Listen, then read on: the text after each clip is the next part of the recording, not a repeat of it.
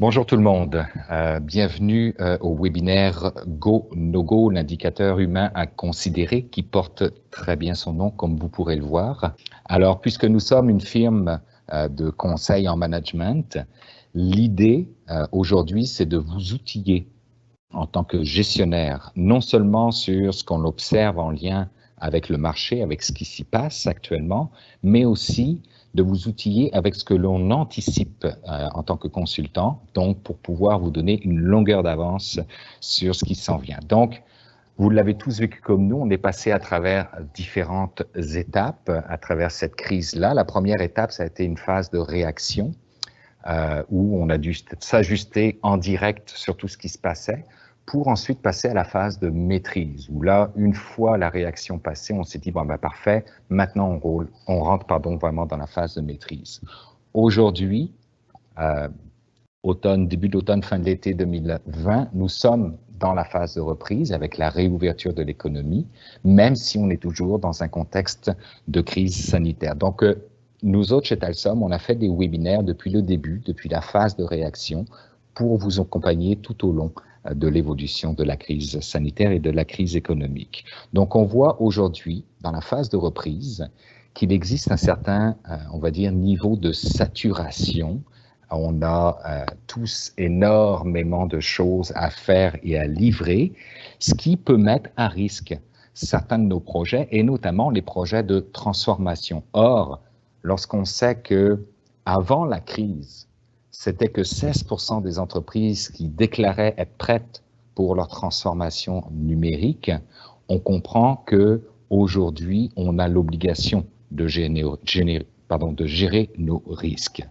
Puis, ce qu'on va vous présenter aujourd'hui, ce ne sera pas tant technologique plutôt que transformationnel. Donc, avant de laisser la parole à Emmanuel pour la présentation du webinaire, je voulais d'abord remercier le PMI Montréal avec qui on collabore aujourd'hui.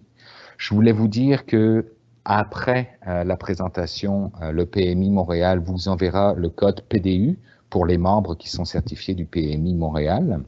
Et on vous fera parvenir également la présentation du webinaire ainsi que les réponses à vos questions. En parlant de questions, vous avez la possibilité dans le chat de poser vos questions en direct.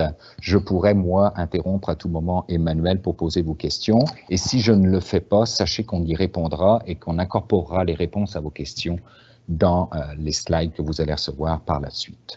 Donc, ordre du jour, il est extrêmement simple. Vous le voyez, aujourd'hui, on va se consacrer uniquement sur l'indicateur humain. Comment on va l'évaluer et comment on va l'utiliser à travers nos projets, et ça, c'est essentiel. Donc, moi, je vous propose de me taire à partir de là. Je vais regarder vos questions passées et je vais laisser la parole maintenant à Emmanuel Fortier de chez Talsom. Emmanuel, à ton tour. Merci beaucoup, Stéphane. Alors, bonjour tout le monde. Bien heureuse d'être avec vous aujourd'hui. Donc, effectivement, comme Stéphane en parlait, en fait, on est dans une période qu'on caractérise donc de reprise. Donc, on redémarre les activités, dans plusieurs cas, donc les projets. Et en ajout à ces projets-là, ce qu'on se rend compte, c'est que la période à laquelle tous a dû traverser, finalement, a fait émerger des nouveaux besoins, des nouveaux donc projets également. Donc, si on regarde un petit peu ce qui s'est passé et l'impact que ça a aujourd'hui, donc sur nos organisations, ce qu'on se rend compte, c'est que Gartner propose en fait une catégorisation des projets. Donc, on a 3 différents types de projets qu'on voit dans les organisations. Donc, il y en a qu'on caractérise de croissance, qui sont des projets, l'anglicisme « run the business » est bien utilisé pour caractériser ces projets-là, qui sont des projets plus de maintien des outils en place, qu'on pourrait dire. On a aussi des projets qu'on caractérise d'amélioration continue, donc des projets qui visent à optimiser des outils en place, normalement. Donc, et les projets transformationnels qui visent à remplacer un ensemble de systèmes, d'outils, de processus et qui nécessitent, dans la majorité des cas, de regarder également au niveau plus humain, donc au niveau de la culture organisationnelle, pour voir en quoi est-ce que notre culture et les systèmes qu'on est en train d'implanter sont cohérents ensemble et sont alignés. Donc, ce qu'on se rend compte, c'est qu'avec la période de COVID, il y a aussi une évolution du type de projet dans les organisations. Donc, avant, on avait une répartition des projets qui était davantage similaire à ce qu'on voit à gauche. Donc, un 50% de ratio au niveau des projets de type croissance. Et on avait un 25% qui était de type transformationnel. Ce qui se passe maintenant avec l'évolution des besoins au sein des organisations, ce qu'on a vécu, c'est qu'on a une augmentation, en fait, des projets transformationnels. Mais entre vous et moi, il n'y a pas grand monde qui ont pu prévoir la COVID dans la réflexion stratégique de l'année passée. Donc, il y a tout de même une liste de projets qu'on avait identifiés comme prioritaires. Et ces projets-là doivent aussi donc être mis en place. Donc, ça vient s'accumuler, tout ça ensemble. Donc, ce qui est peut-être un peu, en fait, ce qui devient un enjeu, en fait, c'est que les projets qui ont le plus, je dirais, augmenté en termes de type, c'est les projets de type transformationnel. Et ce qui est inquiétant un peu, c'est quand on sait que, et cette statistique-là est sortie d'un sondage que Telsom a fait avant la période de COVID. Donc, ce qui ressortait auprès des organisations, c'est que 72% des gens nous mentionnaient se sentir prêts à engager un processus de transformation digitale. 72% en fait ne se sentaient pas nécessairement prêts, je dirais plutôt, à entamer un processus de transformation ou des projets transformationnels. Ce qu'on vous présente ici, c'est de l'information que vous retrouvez aussi dans le radar technologique de Telsom qui est disponible sur notre site. Donc, si vous voulez en savoir plus sur, sur cette réalité-là, la transformation digitale, vous pouvez vous y référer. Je vais vous mettre d'ailleurs le lien à la fin de la présentation. Ce qui ressort en fait, c'est qu'au final, on avait des organisations qui avaient accumulé au fil du temps une certaine dette transformationnelle que nous appelons. Donc, une dette qui est une cumulation, en fait, d'une dette qu'on dit technologique, au niveau de la technologie, et une dette au niveau du volet humain, donc la culture, les valeurs. Donc, quand on dit qu'on a besoin d'un alignement, justement, entre la technologie et la culture, par exemple, mais c'est là ici. Et les gens ou les organisations ont accumulé au fil du temps une certaine dette qui, aujourd'hui, a encore plus d'impact parce que sachant que les organisations ont maintenant besoin de se transformer, eh bien, cette dette-là refait surface et elle va avoir un impact en fait. Donc, au niveau de l'organisation au sens large, c'est certain que la période de COVID a affecté surtout les pans en fait de l'organisation, mais non seulement, il ne faut pas nécessairement regarder uniquement l'organisation dans ce qu'elle est. L'organisation ne vit pas seule au monde, elle vit dans un environnement, dans un écosystème et c'est aussi des éléments qu'il faut considérer.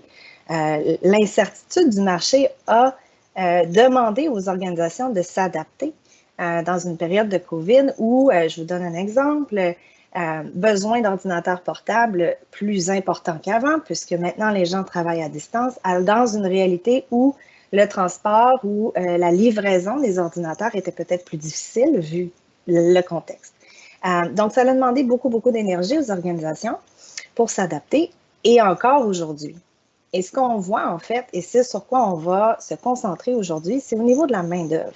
Donc, l'ensemble des bouleversements a amené des conditions au niveau de l'être humain qu'est l'employé qui sont venus en fait imprévus et qui sont venus très certainement augmenter ce qu'on appelle le risque de saturation au changement.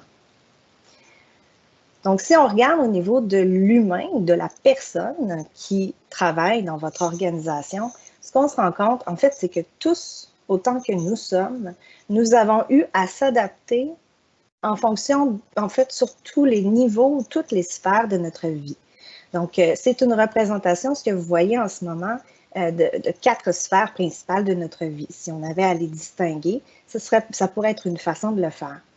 Donc, si vous pensez, il y a sûrement des gens parmi nous qui s'entraînent 3 fois semaine en salle d'entraînement, mais pendant la période de COVID, il a fallu être créatif, se donner des moyens alternatifs pour se détendre, pour rester en forme. Je serais d'ailleurs curieuse de savoir combien de gens parmi nous se sont achetés un vélo. alors qu'avant, c'était peut-être pas une priorité. Nos 5 à 7 hebdomadaires avec les amis sur une terrasse s'est transformé avec un 5 à 7 virtuel via Teams ou Zoom ou d'autres outils qu'on peut utiliser. Donc, nos points de repère aussi ont dû être adaptés. Pensez au trajet de voiture entre le bureau physique, l'emplacement de votre organisation et votre maison. Ce trajet de voiture-là, pour plusieurs, c'est un moment de détente, un moment où on se vide la tête en bon québécois. Puis, ce trajet-là n'est plus là si on travaille de la maison. Donc, comment est-ce qu'on fait pour s'adapter et se recharger les batteries, clarifier sa tête? Donc, ce temps-là, on a dû trouver d'autres moyens. Donc, tous autant que nous sommes, on a eu besoin de s'adapter dans chacun des pans de notre vie. Et ça s'est fait en accumulation. Donc, un changement par-dessus un autre et dans un court laps de temps également. Ce qu'on se rend compte aussi, puis ce qui est particulier, je dirais, avec la période de COVID, c'est non seulement qu'on a eu besoin de s'adapter rapidement sur tous les pans de notre vie, mais c'est aussi les frontières qu'on a entre les sphères de notre vie qui sont venues, en fait, qui sont devenues plus floues, qui s'entrevauchent entre elles. Hein? Notre environnement de travail en est un bel exemple. Le bureau dans lequel vous faites vos rencontres, vos conférences de travail, c'est peut-être aussi dans la même salle que vous retrouvez l'ordinateur familial. J'ai un de mes amis, 3 écrans pour travailler. Ces écrans sont sur la table à dîner. C'est certain que ça va impacter le souper familial à la fin de la journée. Donc, les adaptations sur l'ensemble des pans, des entrevauchements aussi entre les sphères. Et c'est pas vrai que chacune de ces adaptations-là va disparaître demain, quand on va reprendre, après la période de reprise. C'est pas vrai que tout va disparaître. Il y a certaines habitudes qu'on va vouloir peut-être même conserver, qu'on a découvertes et qu'on a appréciées. Dans plusieurs entreprises, le télétravail pour certains rôles n'était pas nécessairement pensé. Et aujourd'hui, avec le contexte dans lequel on a eu à traverser, on s'est rendu compte que c'était possible. Bien, c'est certain qu'il va y avoir des impacts sur le nouveau normal, hein, que plusieurs parlent, mais c'est là qu'on va le retrouver. Donc, ce qui est particulier, et c'est vraiment caractéristique de l'individu, en fait, c'est qu'à un moment donné, il y a une certaine limite à laquelle on peut recevoir de nouveaux changements. Donc, dans un court laps de temps, beaucoup de changements qui a demandé donc beaucoup d'énergie à tous et chacun que nous sommes. Et c'est ce qui représente un risque aujourd'hui. Donc, quand on parle de saturation au changement, c'est ce qu'on veut dire. En fait, l'idée, c'est de se dire qu'à un moment donné, il y a une limite et nous avons tous une limite. La limite peut être différente entre chacun, mais tous ont une limite. Et c'est donc une capacité individuelle d'adaptation dans un temps donné. Et c'est ce qu'on voit en fait avec l'illustration que vous voyez à droite, qui dit au final, chacun a une certaine capacité. Et en fonction du temps que nous allons passer dans cette limite-là de dire, OK, je fonctionne à pleine capacité, eh bien, à un moment donné, on gruge, une analogie, on gruge sa batterie. Pensez, et c'est le cerveau humain qui fonctionne comme ça. Donc, pensez si vous avez une nouvelle troublante qui vient de vous arriver et qu'une personne rentre dans votre salle de travail en même temps pour vous parler de quelque chose d'autre, ça se peut fortement que vous lui demandiez de revenir plus tard ou que vous lui disiez que vous allez revenir plus tard parce que vous ne sentez pas votre cerveau disponible. C'est le même concept ici. C'est de dire qu'à un moment donné, l'individu a une capacité et donc, si on surpasse et si on demande à l'individu davantage, on tombe à risque d'épuisement, en fait. Ce qui est aussi particulier et ce qui est illustré par la ligne en rouge, c'est qu'à partir du moment où on atteint cette limite-là, on a une diminution de notre niveau normal de capacité individuelle. Donc, ce n'est pas vrai de dire qu'à partir du jour 2, on est recharger. On a besoin d'un temps pensé à comment on est heureux d'aller en vacances à la fin de l'année quand on a passé une année complète. C'est des exemples qu'on peut avoir de comment on peut se sentir. Bien, aujourd'hui, c'est le contexte dans lequel nous sommes et c'est avec ça que votre employé rentre au travail. Et les distinctions entre les différentes sphères de vie, comme on l'a vu, on ne peut plus les faire nécessairement. C'est l'individu dans tout ce qu'il est qui rentre au travail. Donc, il faut maintenant peut-être le considérer davantage. Hein? Et c'est ce qu'on apporte ici. Si on faisait l'exercice de prendre cette mesure-là à la grandeur de l'organisation, on aurait fort probablement, en fait, le schéma à droite de dire, on aurait une médiane, en fait. On serait capable de faire une courbe normale et en fonction de où est-ce que la courbe se situe, on serait capable de positionner l'organisation.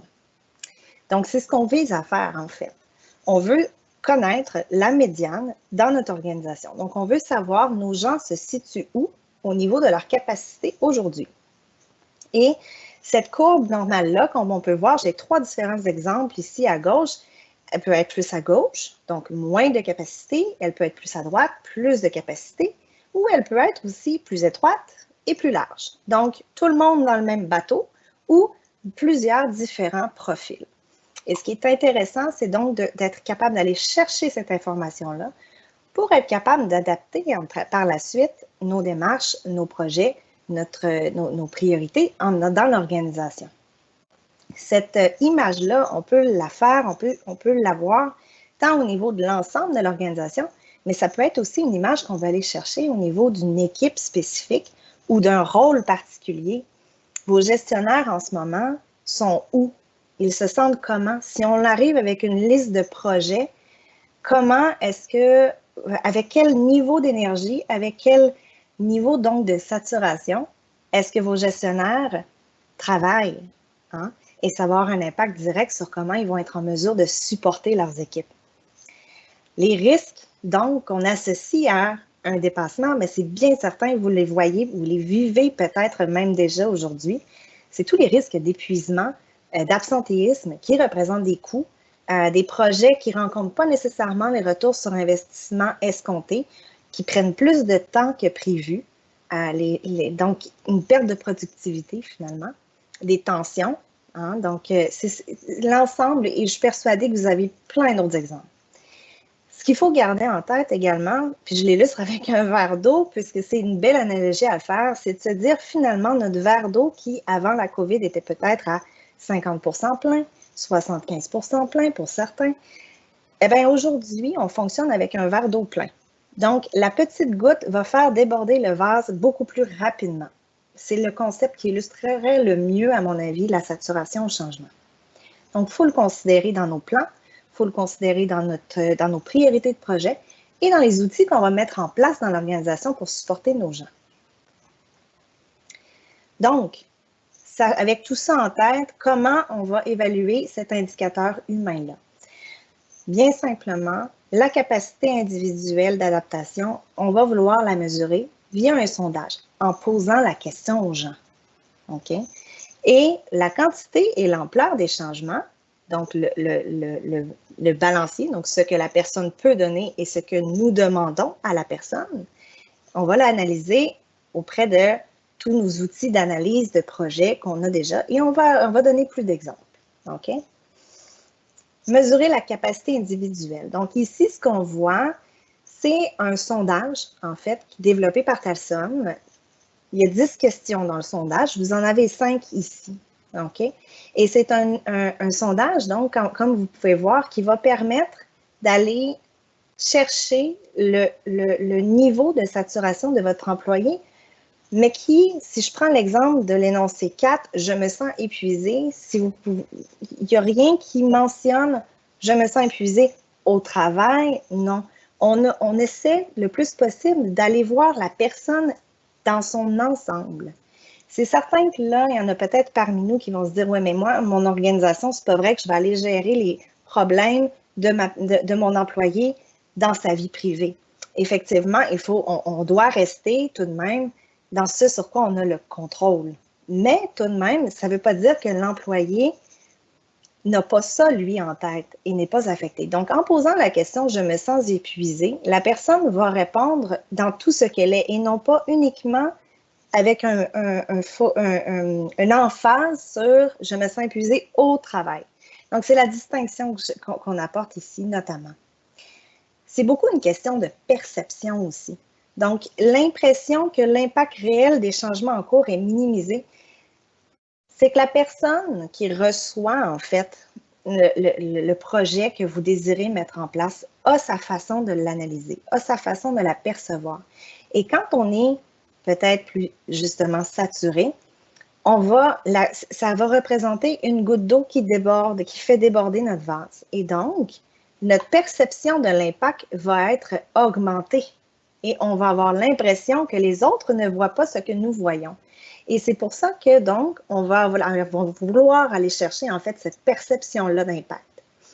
Et tout ça, donc, on représente ça avec ce que les gens apprécient bien, justement, question de 1 à 10, totalement désaccord, totalement en accord, et on va regarder où se situent nos gens en fonction de trois niveaux, en fait, de saturation. Donc, on a une zone de confort, on a une zone à surveiller, donc qui peut évoluer d'un côté comme de l'autre.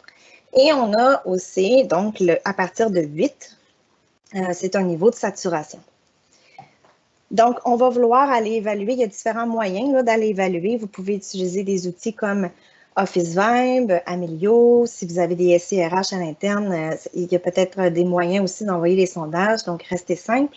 L'objectif, c'est d'aller chercher le pouls et d'aller le chercher le plus souvent possible, en fait, parce que ça évolue et on veut suivre cette évolution-là. Au niveau de la quantité et de l'ampleur des changements, on parle ici de la cartographie que plusieurs connaissent déjà. La cartographie des changements qui est un outil vraiment utile à ce niveau-ci. Ce qui est important de regarder quand on fait cette cartographie-là, c'est de se dire, bon, j'ai une liste de projets qui vont impacter chacun de mes départements ou chacune de mes équipes dans le temps. Par contre, cette liste de projets-là, on peut aussi aller regarder le niveau d'impact que ça représente pour notre département ou pour notre équipe. Donc, on va vouloir venir caractériser aussi l'ampleur du changement qu'on demande.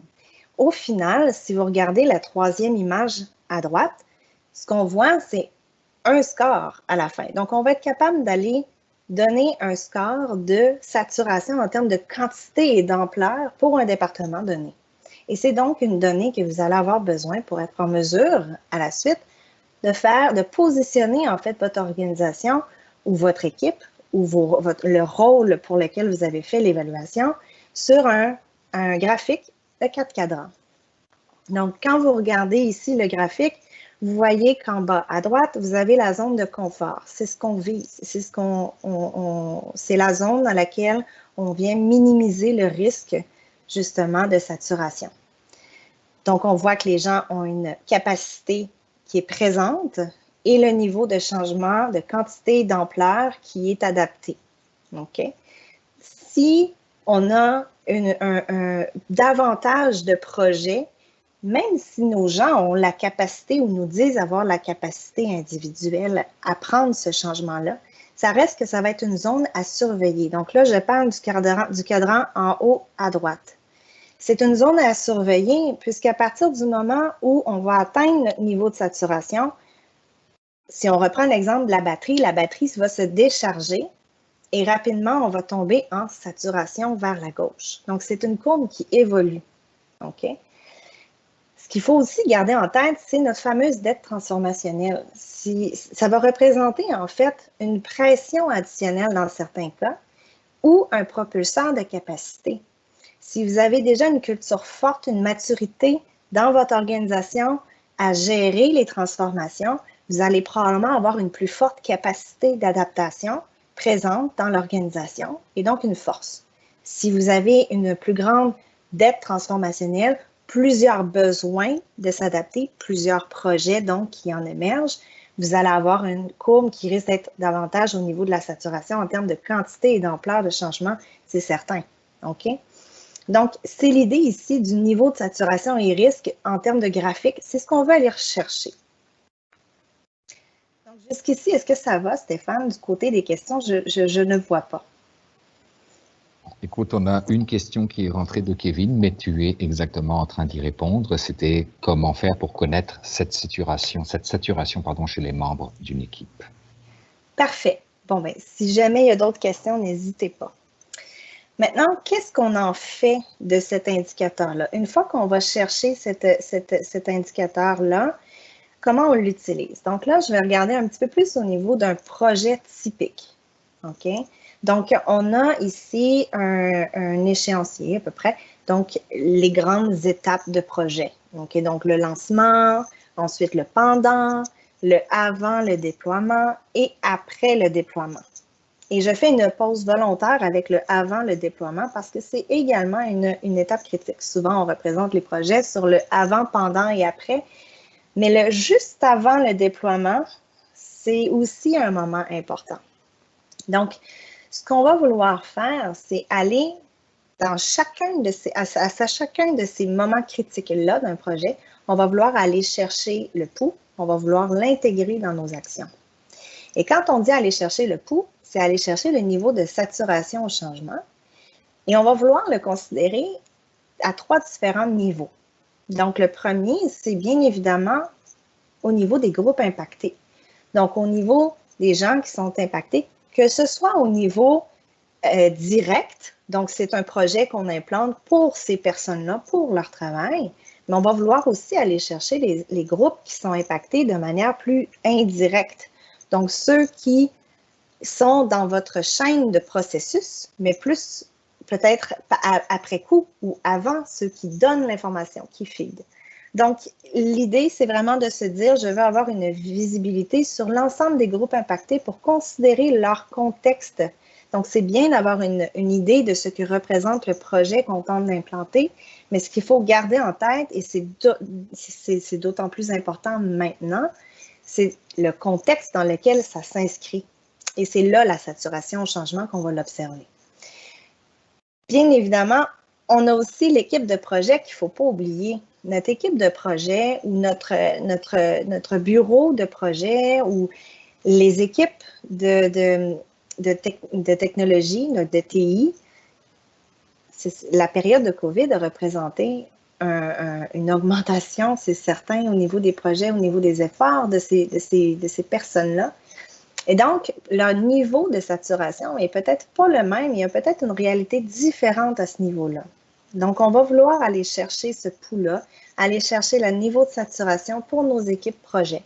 Si on demande à des employés de venir et de représenter un super utilisateur dans notre projet, bien, on va vouloir le considérer dans cette équipe projet-là.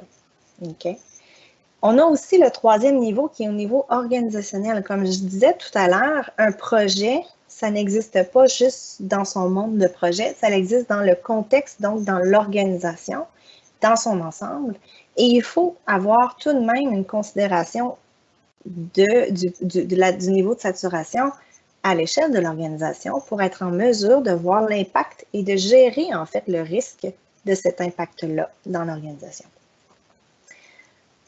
Une pratique à garder en tête, c'est l'implication du partenaire RH tout au long du projet. De garder près de nous, en fait, le partenaire RH va nous permettre aussi de mettre en place des actions pour supporter nos gens au niveau de la saturation s'il y a lieu. De garder aussi en tête, d'intégrer cet indicateur-là dans chacune des étapes. Maintenant, on va regarder plus spécifiquement ou plus concrètement dans chacune des étapes, où est-ce qu'on peut intégrer cet indicateur-là. Donc ici, au niveau de lancement du projet, donc on a toujours une période ou une session ou un moment avec notre équipe qui lance. Hein. On a un positionnement à se dire est-ce qu'on va de l'avant ou pas avec un projet. C'est bien évident qu'à ce moment-là, ce serait critique, en fait, d'avoir cette notion-là de saturation pour être en mesure de prendre une décision de manière éclairée.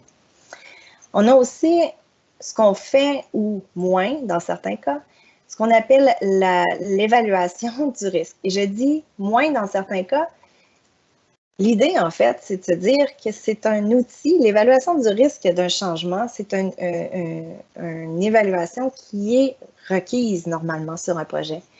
Mais pour en avoir vu plusieurs, c'est aussi une des étapes qui est malheureusement sautée, je vous dirais. Et ça met à risque, en fait, de ne pas évaluer le risque. C'est drôle à dire tout de même, mais bon. Donc, ce qu'on entend ici par l'évaluation du risque du changement, c'est justement cette évaluation-là que je parlais tout à l'heure, de dire on analyse non seulement les caractéristiques du changement qu'on est en train d'implanter, donc la portée du changement, l'écart que ça représente dans l'organisation entre l'actuel et le futur, les stratégies de déploiement. Est-ce qu'on veut aller en une phase de déploiement ou est-ce qu'on prend une méthode progressive avec des pilotes, avec une méthode agile? Donc, la stratégie qu'on va utiliser pour mettre en place et les efforts de mobilisation anticipée. Est-ce que c'est un projet que tout le monde désire depuis des années ou est-ce que c'est un projet qui est un peu forcé par la force des choses du contexte actuel et que, bon, ben, ça va peut-être générer un peu de réactivité chez nos gens?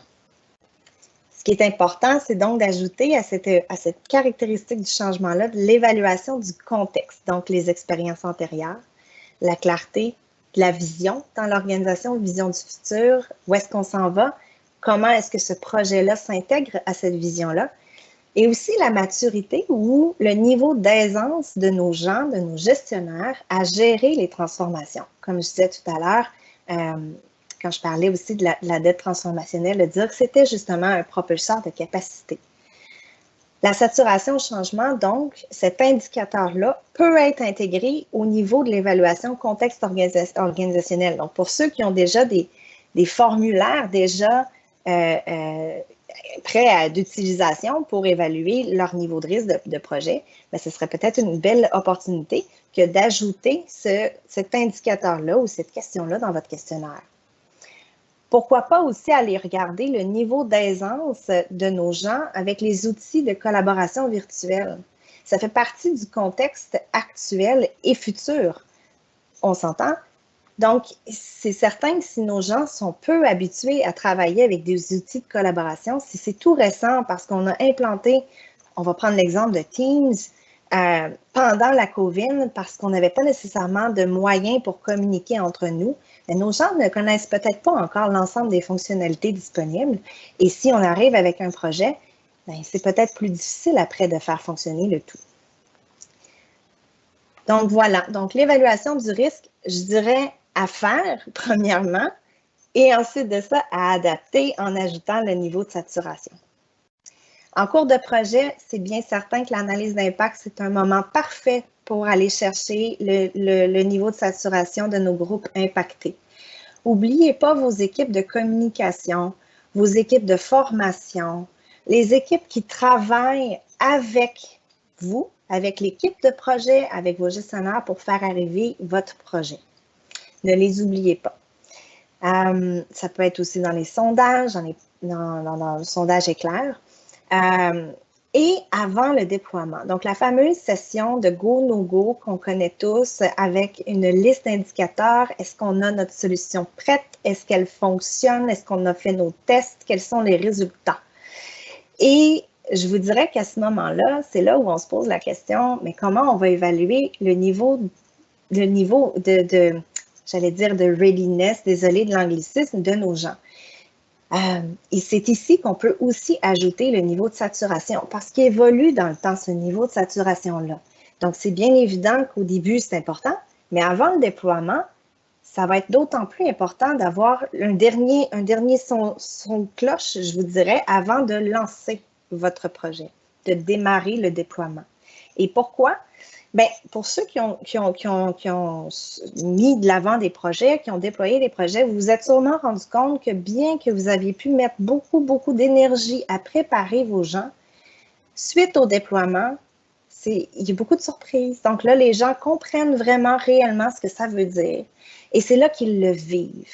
Et donc, si juste avant le déploiement, ils ont vécu une augmentation du niveau de leur saturation, c'est bien certain que ça va avoir un impact post-déploiement. Donc, c'est un important moment où on va vouloir aller chercher notre niveau de saturation au changement. Bien évidemment, après le déploiement, C'est pas on a déployé, tout est terminé. C'est de garder une vigie, je dirais, et de faire des rétroactions avec nos gens pour s'assurer que ça fonctionne et que ça ne représente pas une surcharge de travail pour justement rétablir des éléments qui ont peut-être pas pu être adressés dans la formation, par exemple. T'sais. Donc, voilà. Donc, après le déploiement, moment critique, gardez en tête qu'ici, l'implication aussi du partenaire RH, du gestionnaire peut être très bon pour aller chercher le pouls de nos équipes sans nécessairement arriver avec des démarches qui demandent une mobilisation de l'ensemble de notre organisation. Une image vaut 1000 mots, comme on dit. Je vous en propose une ici, l'image de la balance. En fait, pour moi, c'est ce qui représente le mieux les tactiques ou les interventions qu'on va vouloir mettre de l'avant, les réflexions, les pistes de réflexion qu'on peut avoir aussi. C'est de se dire, ma balance, il faut qu'elle reste égale. Donc, entre ce que je peux donner et ce que je demande finalement aux gens, est-ce qu'on a un équilibre? Donc, de penser que pour chacun des projets, quand vous demandez à votre ressource de s'impliquer au niveau d'un projet, de penser aussi à soustraire quelque chose dans leur quotidien. Donc, pour conserver et gérer le risque d'une accumulation et donc d'une saturation et d'un épuisement par la suite, bien, c'est de se dire, mettez en place, en fait, des actions pour rétablir cette balance-là. Donc, le meilleur moyen, c'est d'anticiper, en fait. Donc, avec les outils dont on vous a parlé plus tôt, on va être en mesure d'anticiper ce risque-là et de voir venir, et donc de prévoir peut-être des embauches temporaires additionnelles, une redistribution des tâches, mais ce n'est pas toujours la solution, la redistribution des tâches dans le temps, dans l'équipe.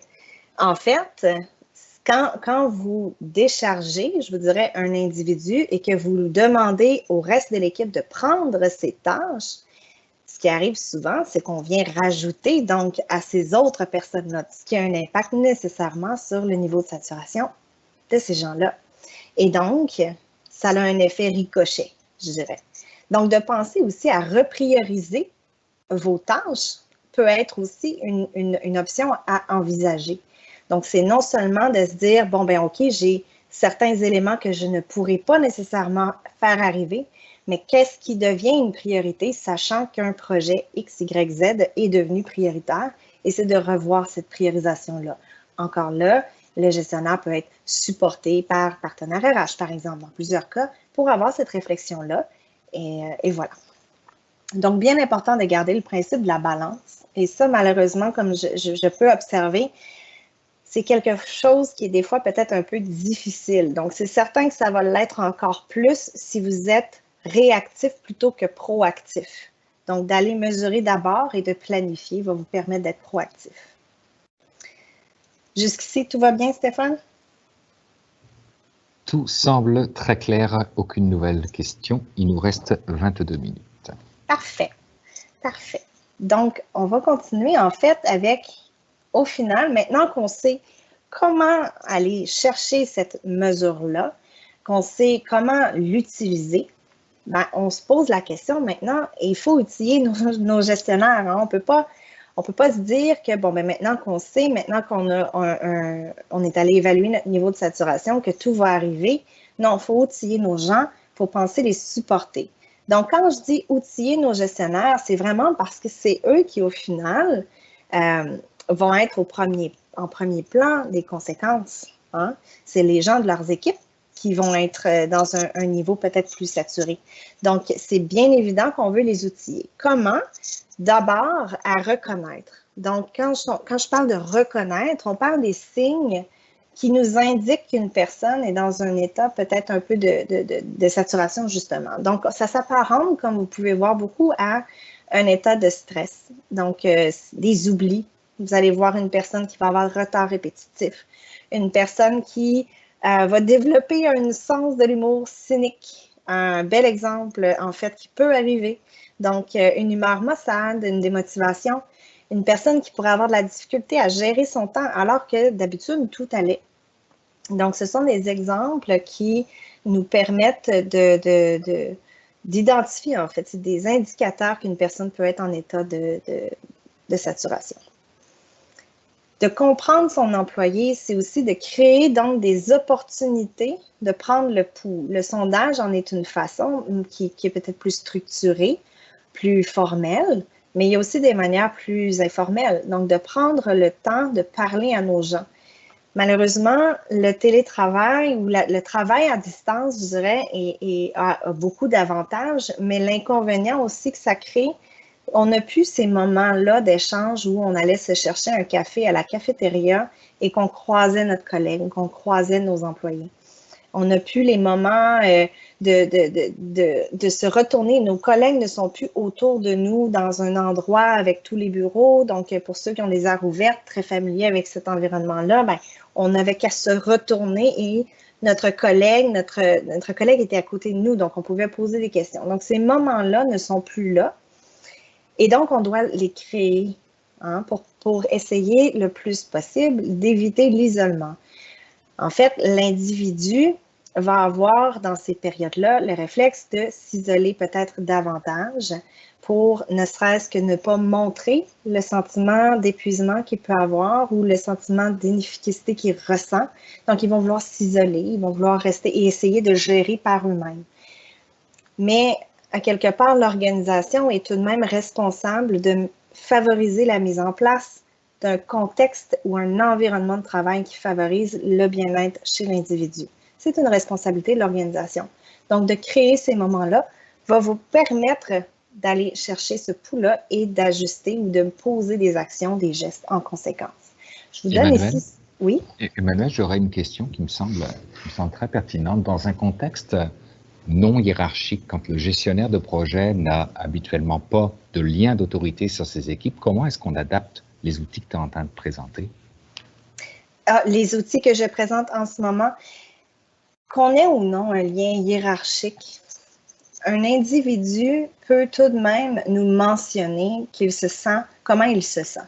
Maintenant, s'il n'y a pas nécessairement de lien hiérarchique, il y a aussi peut-être moins de pouvoir d'action ou de contrôle sur l'environnement de l'employé. Et la responsabilité qu'on a à ce moment-là, c'est de lever l'enjeu à la bonne personne. Donc, je parle là du gestionnaire hiérarchique plutôt. Donc, si on a une vision, donc si je pense que je suis un gestionnaire de projet, je vois qu'une personne, un super utilisateur sur mon projet et je reconnais des signes en fait qui m'indiquent qu'il est peut-être en état de saturation et donc un risque. Mon rôle est de remonter cet enjeu-là auprès de son gestionnaire.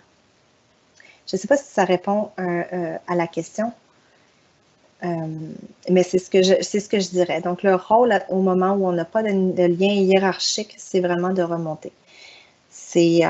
Et le partenaire RH aussi, qui n'a pas nécessairement de lien hiérarchique avec les employés, c'est la même chose, mais ils ont des outils différents aussi.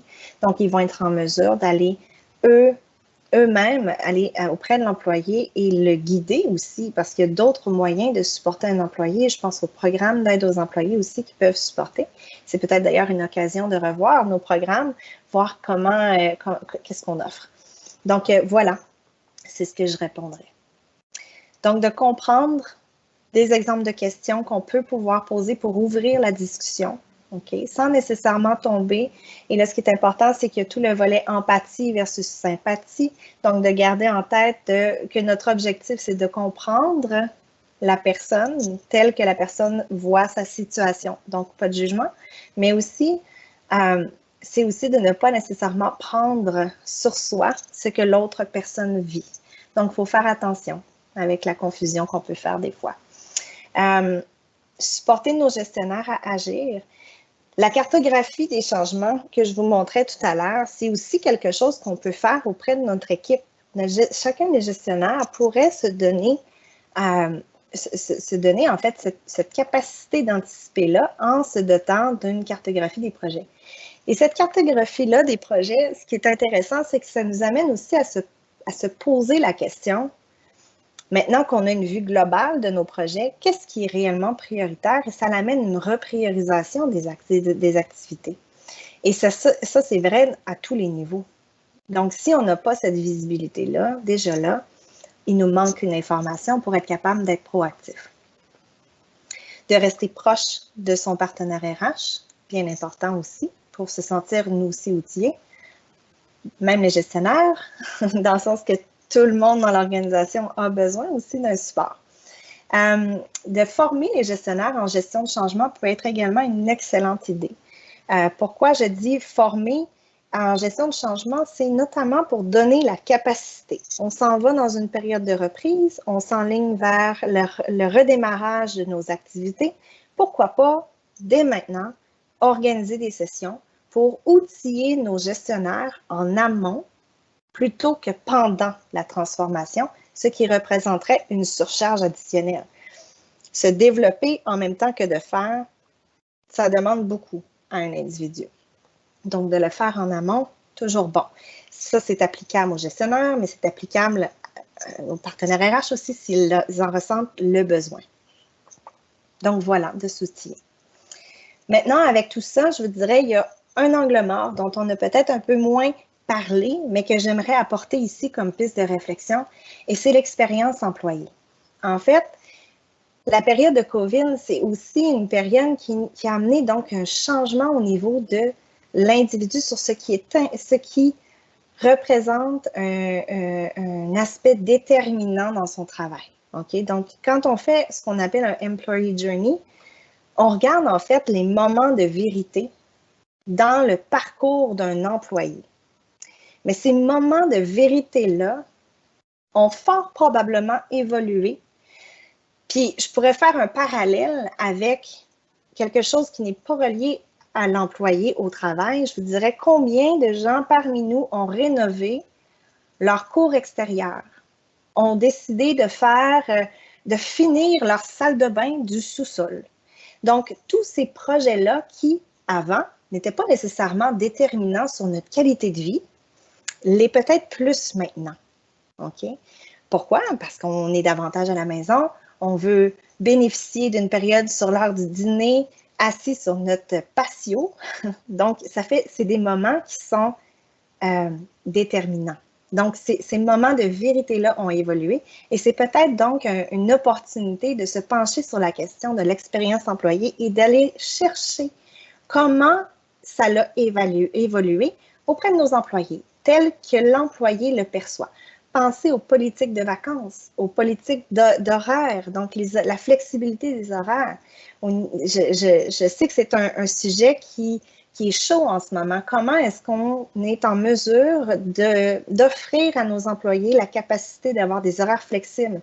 Mais moi, je vous dirais d'abord, il faut se poser la question, qu'est-ce qu'un horaire flexible pour votre employé maintenant? Avant, c'était peut-être autre chose, c'était peut-être la capacité de jouer avec le nombre d'heures en fonction des nombres de jours. Maintenant, c'est peut-être le moment où ces heures de travail-là arrivent. Donc, tout ça, ça va être à re-questionner, en fait, à repenser. Et donc, je vous laisserai sur cette piste de réflexion-là. C'est ce qui conclut, en fait, la présentation d'aujourd'hui. Avant d'aller plus loin, en fait, je vous dirais, je ferai un dernier tour avec Stéphane, si tu as des questions. Oui, ben, il y en a une qui est arrivée qui dit que souvent, en tout cas dans la plupart des cas, il y a énormément de pression qui est mise sur les projets, avec, à contrario, très peu de considération pour cette pression-là et pour les projets qui sont à pression. Comment un gestionnaire de projet peut-il aller plus loin dans son travail au quotidien quand la pression est forte et que la considération en lien avec cette pression n'est pas là? C'est une excellente question et je suis persuadée que ça vient rejoindre plusieurs sur la ligne. C'est une réalité qui, malheureusement, est observée dans beaucoup d'organisations. On n'a pas été habitués, je crois, j'ai l'impression que les organisations n'étaient pas habituées nécessairement à aller chercher ou à considérer à ce point-là ce pouls-là. Aujourd'hui, ce que je vous dirais, c'est ça va être un effort collectif à ce niveau-là. Ce qu'on veut, ça va être vraiment de sensibiliser. Une fois que vous comprenez, vous voyez, travailler en collectif dans l'organisation pour remonter. Votre partenaire RH pourrait apporter, je vous donne un exemple, votre partenaire RH pourrait apporter des données qui illustrent le taux j'allais dire le taux de roulement, mais ça peut être simplement les départs en maladie pour une équipe donnée. Ça peut être de travailler donc en collectif, d'aller chercher les données que vous avez besoin dans votre organisation pour bien faire comprendre à votre équipe décisionnelle l'impact de leurs décisions.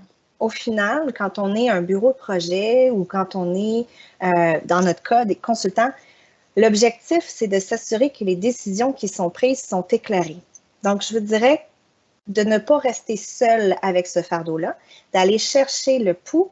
Si vous voyez cette réalité-là dans vos projets et que vous ressentez la pression, c'est bien certain que vous n'êtes sûrement pas les seuls dans l'organisation à le ressentir. Et à un moment donné, c'est de relever cet enjeu-là, mais avec des données peut-être plus fortes. Oui? Et pour faire du pouce là-dessus, Annie pose la question, à partir de quel moment on doit impliquer le partenaire d'affaires ressources humaines dans nos projets? Moi, personnellement, je vous dirais dès le début. Je vous dirais dès le début pour donner la capacité à tous d'agir le plus rapidement possible. OK? Donc, pour moi, c'est vraiment au début. Dès que vous commencez, quand on remontait, et je peux peut-être remonter là, rapidement à notre échéancier, mais en fait, peut-être pas nécessaire, mais au début du projet, quand on lance, quand on définit qu'est-ce qu'on veut implanter. Hein? Donc, à partir du moment où on a défini une solution, la question qui vient par après, c'est comment on va l'implanter. À partir de ce moment-là, on veut avoir notre partenaire RH avec nous. On veut avoir, si vous avez une équipe, les entreprises parmi vous qui ont des équipes de gestionnaires de changement, c'est une bonne idée aussi de l'impliquer. D'impliquer les deux, c'est important. Tu sais, je vous dirais dès le début pour répondre à la question. Voilà. Et, excuse-moi, il y avait, est-ce que toi, à travers les mandats que tu fais chez nos clients ou à travers nos collègues de travail qui eux aussi font des mandats, est-ce que tu as des exemples de demandes que les employés font en lien avec la post-Covid, avec la reprise et cette saturation-là? C'est quoi le genre de demande que les employés font? En fait, ce qui est intéressant, c'est que l'habitude de demander n'est pas nécessairement présente. Ils vont réagir par contre. Donc, la demande de support n'arrivera pas. Par contre, ils vont réagir fortement quand on va leur arriver avec une demande de s'impliquer. Ils vont poser les questions par rapport à « As-tu parlé à mon gestionnaire? Est-ce qu'il est conscient? » Et leur souci va être davantage sur comment ils vont être supportés par leur gestionnaire, de ce que j'entends, plus que parce qu'ils ont tout le monde. Et souvent, ce que je vois, c'est que les gens ont envie de participer, ils ont envie de contribuer à quelque chose qui va avoir un impact dans leur entreprise, mais ils ont la pression aussi de l'autre côté. Donc, leur préoccupation, puis c'est plus en préoccupation qu'ils vont s'exprimer. Ils vont critiquer, ils vont dire c'est peut-être pas le meilleur des moments, ils vont remettre en question beaucoup. Donc, on va entendre des préoccupations. Donc, en gestion de changement, c'est certain que pour moi, c'est des indicateurs essentiels que je vais aller me chercher. Je veux comprendre comment la personne reçoit et quelles sont ses préoccupations-là. Et dans un contexte de saturation, ils vont être plus présentes, ils vont être exprimés plus fortement. Et les impacts de ne pas les entendre ou de ne pas nécessairement agir en fonction vont être plus importants aussi. Est-ce que ça répond à la question, Stéphane? À ton avis? J'imagine que oui, j'étais sur mute. J'imagine que oui, j'ai pas eu de retour de la personne. Au passage, si les gens veulent aller voir dans le chat, il y a un petit clin d'œil en vidéo qui a été fait par Julie sur une vidéo de la STM, Ensemble, gardons le moral. Oui, c'est bien. Je vais regarder ça par la suite. Là, je ne vois pas malheureusement le chat. Je vous dirais que j'espère en fait donc fortement que la présentation d'aujourd'hui vous a donné des pistes de réflexion, des outils pour être en mesure de mieux anticiper et gérer le risque associé à la saturation au changement dans votre entreprise, dans vos projets. Je vous invite aussi, donc il y a un panel de discussion qui va avoir lieu le 15 septembre prochain et organisé par le PMI, où là, on va être plusieurs en fait à participer en tant que panélistes et vous allez avoir donc des profils aussi différents, donc partenaires RH, gouvernance numérique, etc. Donc, ça peut être très intéressant pour ceux qui auraient d'autres questions d'aller regarder. Je vais vous donner les liens également. Donc, cette présentation-là va vous être envoyée en format PDF, bien évidemment, et vous allez avoir des liens pour les différents éléments dont j'ai pu parler. Je vois le lien vers webinaire communication. Juste pour vous dire, je vous donne ici un webinaire que Talsom a également fait pendant la période de COVID qui donne différents moyens ou méthodes pour adapter nos moyens de communication avec nos équipes en contexte virtuel, notamment. Donc, très bon webinaire à aller regarder. Puis, le lien vers l'inscription au panel de discussion si vous avez envie de vous joindre à nous. Alors, voilà. Il nous reste peut-être un tout petit peu de temps pour prendre une ou deux questions. Encore une fois, dans ce que toi, tu as vécu chez Talsom comme en clientèle, en mandat, est-ce que tu as des exemples d'activités qui permettent de développer la collaboration ou qui donnent des moyens d'échanger entre personnes d'un même projet, autre qu'un 5 à 7 virtuel, les 5 à 7 Zoom qu'on n'est plus capable de supporter? En fait, ben là, ce qui est agréable, en fait, c'est qu'avec la reprise un peu des activités, on commence à revoir des activités plus en personne. Donc, les parcs ils sont utilisés en ce moment. Ça nous permet de garder une bonne distance entre les gens. Donc, et de se voir avec un soleil au-dessus de nos têtes et non pas un luminaire au-dessus de l'ordinateur. Donc, je ne sais pas, Stéphane, si tu as d'autres idées que tu voudrais nous partager. À brut pour point, non, pas forcément, il n'y a rien qui me vient en tête. Ben, je vous dirais profiter effectivement de l'opportunité. C'est certain de respecter, je vous dirais aussi, le niveau d'aisance des gens. C'est pas parce que certains se sentent plus aisés à sortir dehors et à aller rejoindre un groupe au parc que tous le sont. On doit considérer que chacun a des réalités aussi différentes, donc ne pas oublier, ça se peut qu'une personne de notre équipe ait dans son entourage une personne qui est peut-être plus à risque, voulant se protéger, une personne enceinte, voilà. Donc, de garder ça en tête, mais je vous dirais, commencer à penser à peut-être une opportunité d'aller se voir dans des espaces plus grands qu'à la norme. Les parcs, pour moi, serait un bel exemple. Merci beaucoup, Emmanuel. Merci beaucoup. Je vous souhaite à tous une belle journée.